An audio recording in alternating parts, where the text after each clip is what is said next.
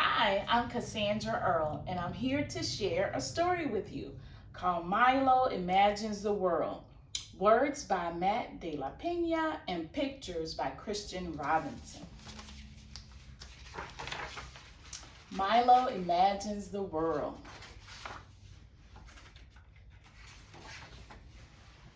What begins as a slow, distant glow grows and grows into a tired train that clatters down the tracks. A cool rush of wind quiets into a screech of steel, and when the doors slide open, Milo slips aboard. The train bucks into motion as he and his sister squeeze onto bench seats. The whiskered man beside Milo has a face of concentration. A businessman has a blank, lonely face. The wedding dress woman near the far door has a face made of light, while the dog peeking out of her handbag has no face at all, just a long tongue. These monthly Sunday subway rides are never ending, and as usual, Milo is a shook-up soda. Excitement stacked on top of worry, on top of confusion, on top of love. To keep himself from bursting, he studies the faces around him and makes pictures of their lives. At a downtown local stop, the whiskered man folds up his crossword and hurries off the train. Everybody's going somewhere. Milo imagines him trudging through brown mounds of slush. It's a 5-flight climb to his cluttered apartment where he's greeted by his cats and burrowing rats. Parakeets tweet songs of longing as the man sips soup, hunched over a game of solitaire. Late that night, the door to the parakeet cage mysteriously falls open, and the cats gather on the cold sill to watch the birds fly free above the city. Milo has a very active imagination. Milo tugs his sister's sleeves and holds up his picture. But even when she turns to look, he can tell she doesn't see. She's a shook-up soda too. A boy in a suit boards the train with his dad. His hair is a perfect part, and there's not a single scuff on his bright white Nikes.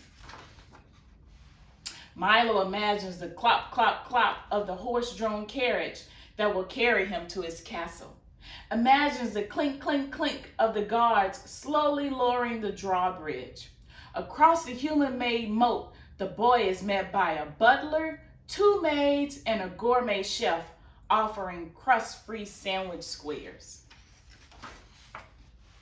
Milo flips to a fresh page at a bustling midtown stop. When the wedding dress woman strides off the train, a band of street performers launches into Here Comes the Bride, and everyone on the platform stops and cheers. Milo imagines the grand cathedral ceremony where the couple will be pronounced husband and wife. Imagines the groom whisking his new bride to an awaiting hot air balloon where the pilot loads them in with blankets and blasts the heat. And up they go, hand in hand, beyond the concrete walls of the city into the infinite blue. Milo holds up this picture too, but his sister shoos him away. Can't you see I'm playing my games? He watches her thumbs bang around her smudged screen, then turns back to the boy in the suit.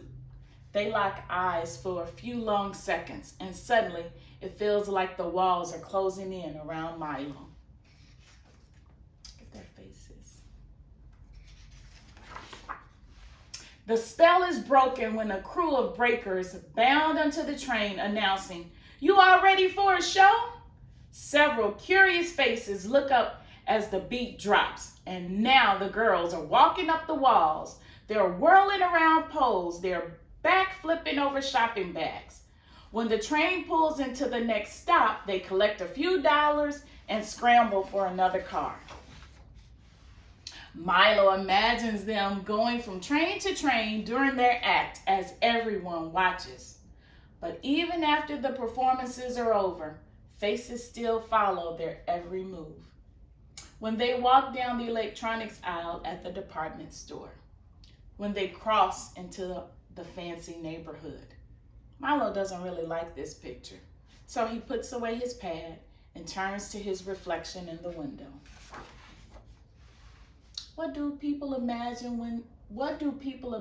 about his face? Can they see him reciting his volcano poem to the class? Can they hear his mom's soothing voice reading him a bedtime book over the phone?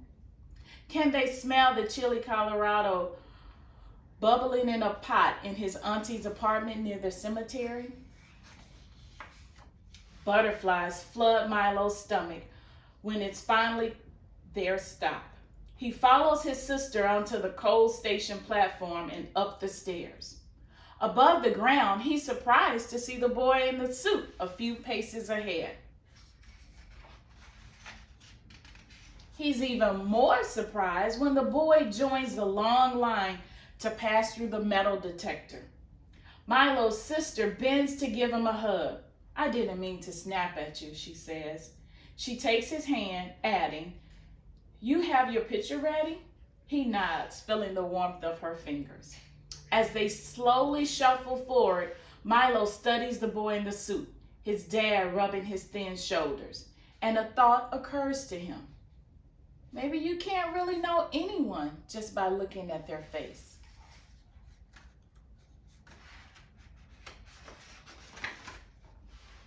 Milo tries to reimagine all the pictures he made on the train. Maybe he could have done it like this instead. Or this. Or this. Milo's chest fills with excitement when he spots his mom through the crowd. His sister rushes to give her a hug before pulling Milo in too.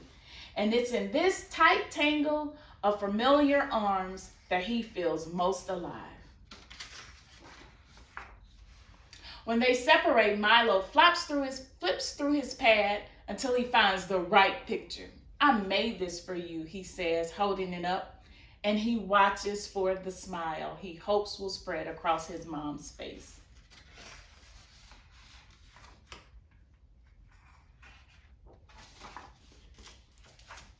Milo imagines the world. I hope you enjoyed our story today. Thanks.